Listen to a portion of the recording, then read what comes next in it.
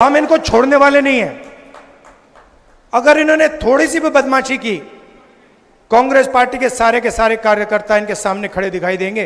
Congress party के कार्यकर्ता ने, मैं बता रहा हूं आपको, कांग्रेस पार्टी के कार्यकर्ता ने हिंदुस्तान के प्रधानमंत्री से कॉन्स्टिट्यूशन पर ऐसे ये करवा दिया। ये आपकी देन है, आपका काम है। और वो जो प्रधानमंत्री थे, सच्चाई है पूरा देश देख पा रहा है, जो चुनाव से पहले प्रधानमंत्री थे, जिनका डायरेक्ट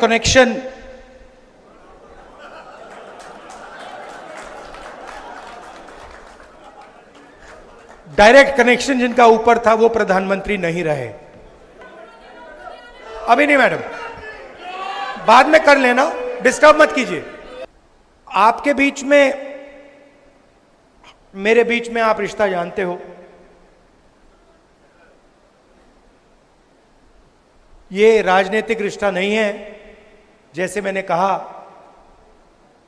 मोहब्बत का रिश्ता है, पारिवारिक रिश्ता है। मेरा परिवार आपके स्टेट से ही आता है। तो आपको यह सोच के चलना है कि दिल्ली में आपका सिपाही मैं हूं। जो भी आप चाहेंगे, मेरे दरवाजे आपके लिए खुले हैं। आपको सिर्फ ऑर्डर देना है और मैं यहां हाजिर हो जाऊंगा।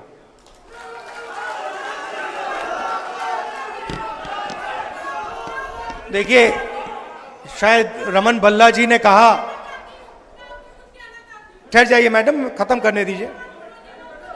अभी नहीं मैडम, बाद में कर लेना, डिस्टर्ब मत कीजिए। रमन भल्ला जी ने कहा, उन्होंने कहा कि देखिए, मैं कांग्रेस पार्टी का सिपाही हूं। रमन भल्ला जी, आप सिपाही नहीं हैं, आप कांग्रेस पार्टी के जनरल हैं। और आप जैसे अलग अलग जनरल खड़े हुए हैं यहां पे। सिपाही तो ये है, कार्यकर्ता। और मैं चाहता हूं कि जनरल की भी रिस्पेक्ट हो और सिपाही की भी रिस्पेक्ट हो। गठबंधन हो रहा है, मैं चाहता हूं कि जो भी गठबंधन हो, उससे हमारे कार्यकर्ताओं को, सिपाहियों को और हमारे कमांडर्स को रिस्पेक्ट मिले, इज्जत मिले। आप लोग हमारे लड़ते हो और यह विचारधारा की लड़ाई है। कांग्रेस पार्टी की विचारधारा और आरएसएस की विचारधारा के बीच में लड़ाई है। आपने देखा होगा, चुनाव से पहले प्रधानमंत्री यूं भाषण देते थे, देखा आपने?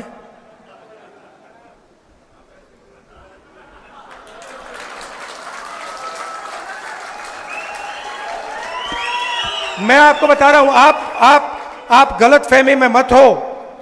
कांग्रेस पार्टी के कार्यकर्ता ने, मैं बता रहा हूं आपको, कांग्रेस पार्टी के कार्यकर्ता ने हिंदुस्तान के प्रधानमंत्री से कॉन्स्टिट्यूशन पर ऐसे ये करवा दिया। ये आपकी देन है, आपका काम है। और मैं तो पार्लियामेंट में बैठता हूं, मुझे तो बिल्कुल सामने दिखते हैं। मैं आपको बता रहा हूं कि आपने हिंदुस्तान के प्रधानमंत्री की जो कॉन्फिडेंस थी, उसको खत्म कर दिया, उड़ा दिया। मतलब कांग्रेस के कार्यकर्ता ने उनको इतना साइकोलॉजिकल टेंशन दिया कि उनकी साइकोलॉजी कोलैप्स कर गई। और वो जो प्रधानमंत्री थे, सच्चाई है पूरा देश देख पा रहा है, जो चुनाव से पहले प्रधानमंत्री थे, जिनका डायरेक्ट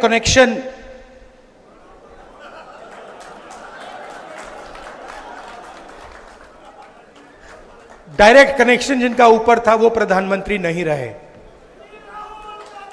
और ये आप लोगों का काम है। क्यों?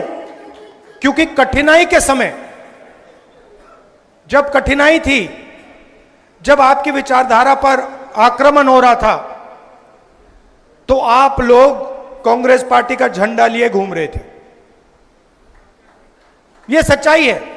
बहुत सारे लोग झंडा फेंक कर भाग गए। आप नहीं गए, आप खड़े रहे।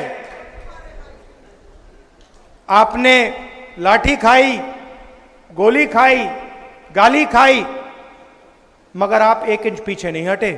इसलिए मैं आपको कांग्रेस पार्टी के बब्बर शेर कहता हूं।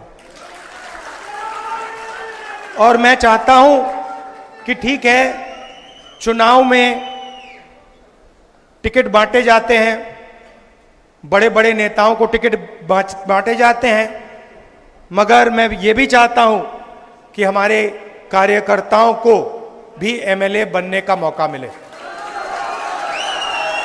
तो कर्रा साहब, वेणुगोपाल जी, मीर साहब, मैं आपसे कहना चाहता हूं कि मैं उदाहरण देखना चाहता हूं जहां जमीनी कार्यकर्ताओं को एमएलए का टिकट दिया गया और वो विधानसभा तक पहुंचा।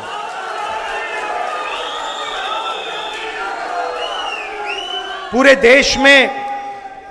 देश में बीजेपी के विचारधारा ने बेरोजगारी फैला दी है।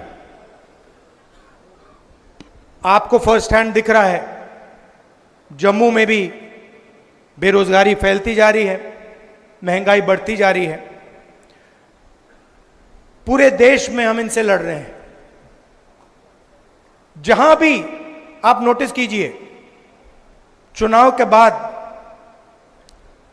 जहां भी ये कोई बदमाशी करने की कोशिश करते हैं, जहां भी बदमाशी करने की कोशिश करते हैं, हम उनको वहां सामने खड़े मिलते हैं। ये लैटरल एंट्री का किया ना इन्होंने, अदानी जी की मदद करने की कोशिश की ना, वहां पे हम खड़े हो गए, उसको कैंसिल कर दिया। तो हम इनको छोड़ने वाले नहीं हैं। अगर इन्होंने थोड़ी सी भी बदमाशी की, कांग्रेस पार्टी के सारे कार्यकर्ता इनके सामने खड़े दिखाई देंगे और जो गलत बिल एक पास करने की कोशिश करेंगे, उस बिल को हम रद्द करवा देंगे। हम ऑपोजिशन में बैठे हैं, मगर सरकार को कांग्रेस पार्टी का कार्यकर्ता चलाएगा।